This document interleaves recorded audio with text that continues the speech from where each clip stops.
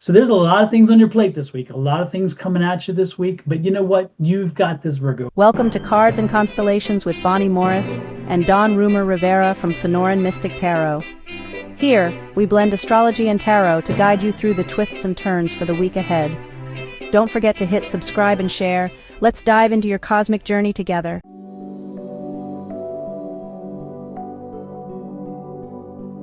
Hello, this is for the week of August 11th through the 17th. Now we're going to have a general overview of the astrology, and then we will go into specifics for each sign. We will also have specific tarot readings on each sign. As always, we do start out with the moon. So expect on the 15th, we're going to see the last quarter in Taurus at 23 degrees, 26 minutes. During the last quarter is when you celebrate the success, celebrate the project completion, and then we turn away and move forward. As we go back, we have to go all the way back and find the new moon in Taurus. When you set your intentions for this project, that occurred on May 19th of 2023 at 28 degrees of Taurus. The first quarter where you do all that work occurred on February 16th of 2024 at 27 degrees of Taurus. And then we looked at the full moon, which was May 7th of 2024 at 18 degrees of Taurus. And again, now we're at the last quarter ready to go on. Now, we're going to go over the void, of course. If you recall, last week I reminded you that the void, of course, would begin on August 10th at 11:54 p.m. at 13 degrees of Pisces. It continues all the way through the 11th and into August 12th at 3:33 a.m. when it ends and the moon goes into the sign of Aries. Again, on the 13th, we begin another void at 3:53 p.m. at 21 degrees of Aries. It ends on the 14th at 6:22 a.m. when it enters into Taurus. On August 15th at 10:11 p.m., we go into another void, of course, at 23 degrees of Taurus, and it ends on the 16th at 9:01 when it enters into Gemini.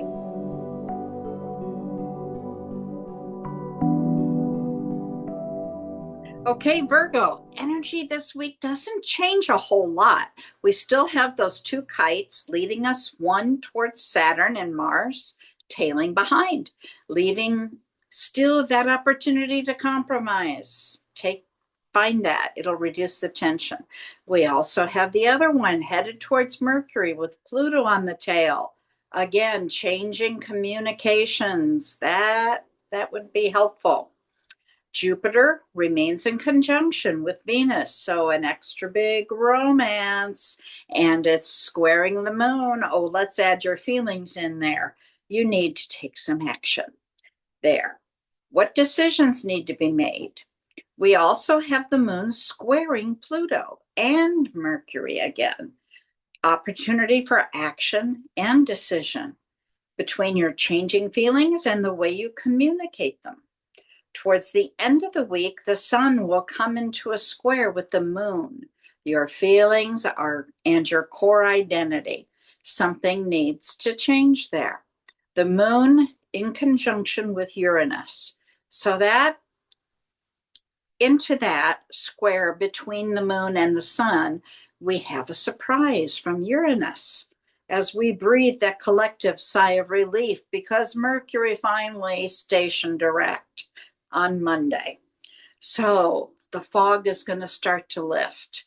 Clarity is going to start to return. But do remember, there is still a 2-week post-shadow.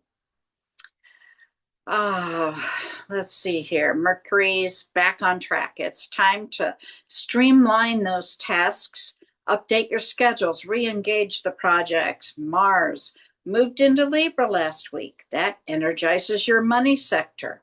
It feels the push to secure income or establish a fair value in your work. Be careful of impulse spending or overextending. Financial clarity comes midweek after Mercury has changed positions. In love and romance, you're warm, your warmth, you're magnetic, thanks to Venus and Jupiter, and they're both in Cancer. Romantic and creative collaboration projects benefit from this. Grounded communication is important. It will invite deeper conversation, perfect for couples or partnerships. The clarity will help you release the emotional clutter. Reconnect with what supports you rather than what you've been carrying habitually.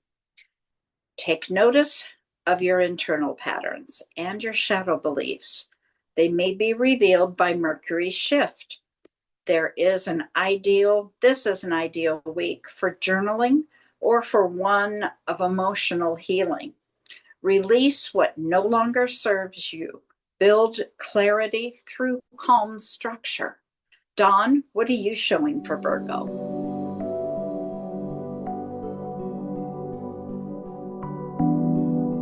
All right, Virgo, let's take a look at what Tarot says. Thank you, Ms. Bonnie, for that astrology read. Tarot, please tell us what is the more important things to understand this week for Virgo. All righty then. Used to be Virgo on the bottom of the deck. We have the Queen of Coins. Queen of Coins. I'm liking that. The Queen of Coins energy is a very patient energy. So don't be surprised that this week the universe is very patient with you, and your friends are patient with you, your family members are. There's some patience there, but also remember that this is a patience that comes from a good place. It's a place of understanding and abundance. They really do.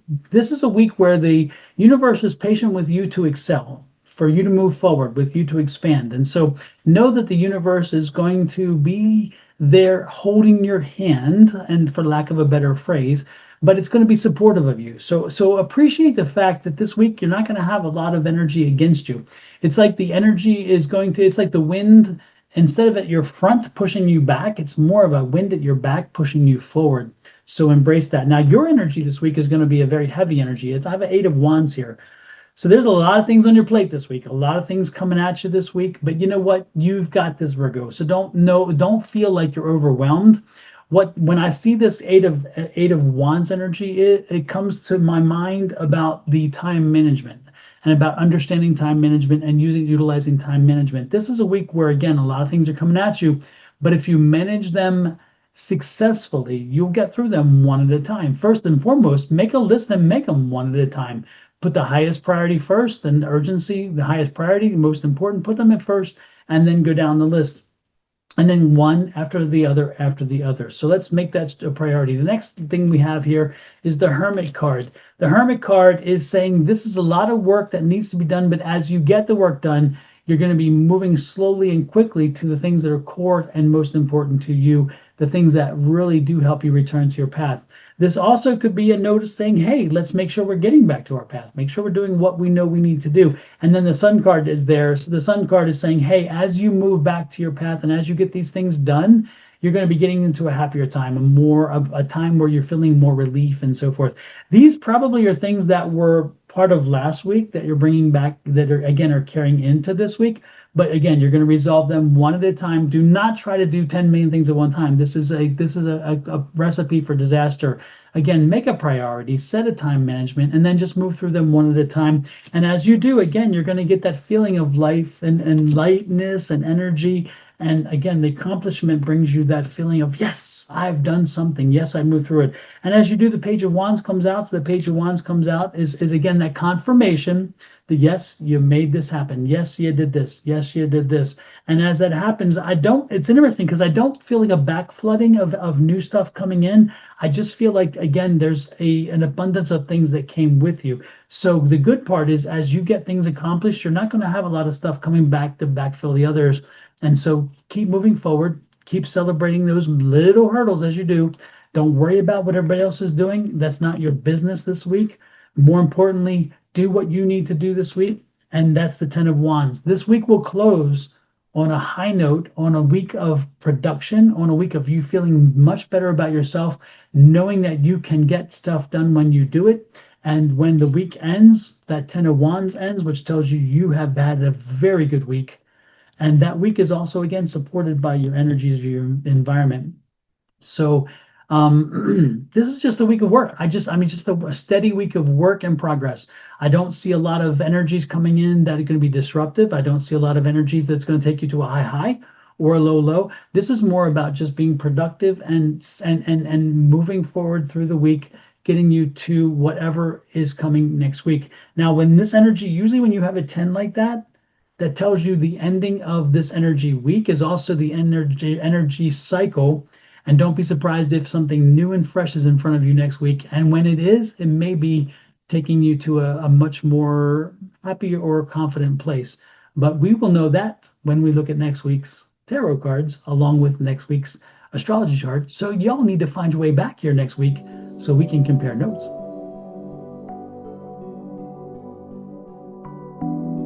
So, Ms. Bonnie, how does that align with your astrology reading, or does it not make any damn sense? No, I think there's a section in here I was reading through, and it's talking about re-engaging projects, updating schedules, streamlining tasks, and getting everything back on track. That's a Virgo thing. That's all about Virgo. Yeah, and that streamlining it makes sense with that 8, because when you come into the week with all this over your head, you got to find a process to go through it methodically if you can, and therefore you're not overwhelmed, because you want to avoid that overwhelmed feeling. But by seeing that 10 at the end, it tells me they will do this. Virgo, you will get this done, because that 10 shows that completion, that you did one and one and one and one, one and done, one and done, one and done, one and done, and then till you get it all done. That's always a good way to work a week, you know what I'm saying? Put the use of the energy, and while you have it too. I mean, the good part is I feel a lot of very, it's not like a lot of positive energy, but I do feel like a lot of completion energy. And that's when you have that kind of energy working for you, man, use it to your advantage. Big time, big time. Ms. Bonnie, while they're working through their energies and while they're up in that emotional getting things done, how can they help us get some things done, if you know what I'm saying? I think I know what you're saying. Down in that lower right-hand corner, there should be a subscribe button. Hit that subscribe button. Oh, it makes us so happy. And then set that little notification bell to all. If you do that on my channel, Your Love Goddess, hop over to Mr. Don at Sonoran Mystic Tarot. Do the same thing there. Subscribe, hit it to all. And then go to Cards and Constellations, our new channel. That's where you will see these videos. And at some point, that's the only place you will see them. So make sure you've hit subscribe. When we go live on either channel, or if we've posted something, you'll get a little notification that lets you know. So you no longer have to look for us. We will come to you. Then the most love you can show us and the most love you can do to help others is to hit that share button. You hit the share, put the video out so that other people can benefit. You never know how a message for one can also affect others. So show us the love that way.